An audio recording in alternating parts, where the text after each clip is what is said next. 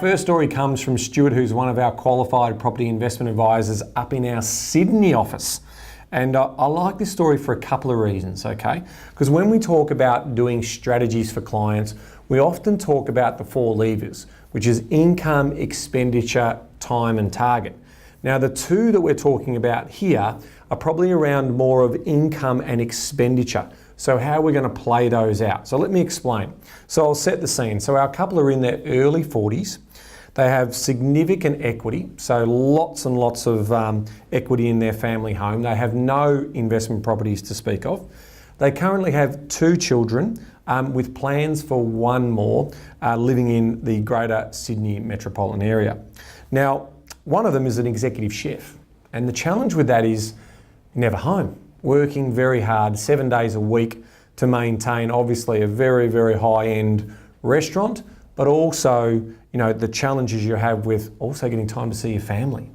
So what Stuart's obstacle and challenge here was, you know, once they sat down and had a chat with Stuart, it really was important to understand that they couldn't leave this any longer. Okay, so the particular chef, the wife was a teacher, she had stable income, but he was burning himself out, working really, really hard. So we couldn't leave it any further in terms of taking action around building a portfolio out. But the challenges we had was we were going from a really, really good income because we're working so many hours down to a new income and a new change of career. And that's always challenging because effectively we go from high income down to what we would call an average income until they build their skill sets up and move through that. So as well as juggling having the 3rd child. So this was very much a story around when do we do this, what's the right decision, and how this impacts the cash flow. But ultimately, it was also a story about getting back your time, okay? Because one thing in life is that money requires, you know, you need time. Money buys you time, okay? It doesn't buy you happiness, but it buys you time. So what I love about this story for what Stuart was able to deliver is we focused in on those cash flows.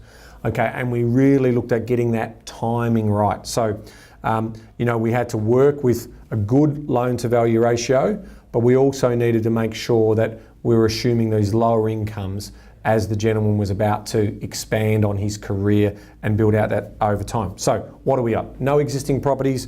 We buy the first investment property this year. Okay, so we get really active really quickly before we have to pause because of the change of job career.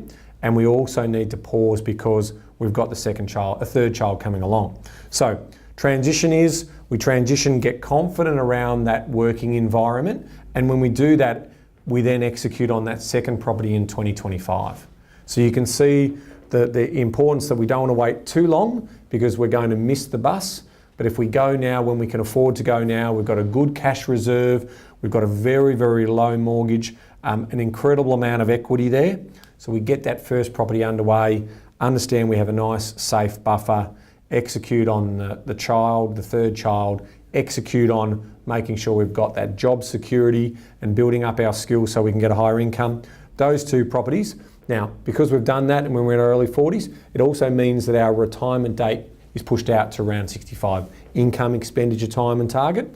We understand that. And this couple were happy with that because the target that they were also looking for was around that $120,000 in passive income. So for me, the transition for these clients is really about getting back your time, okay? And making sure you make every move the right move because it was pretty clear that they'd never invested before. So they went and sought professional advice to line up their ducks in a row and make sure that they execute sensibly.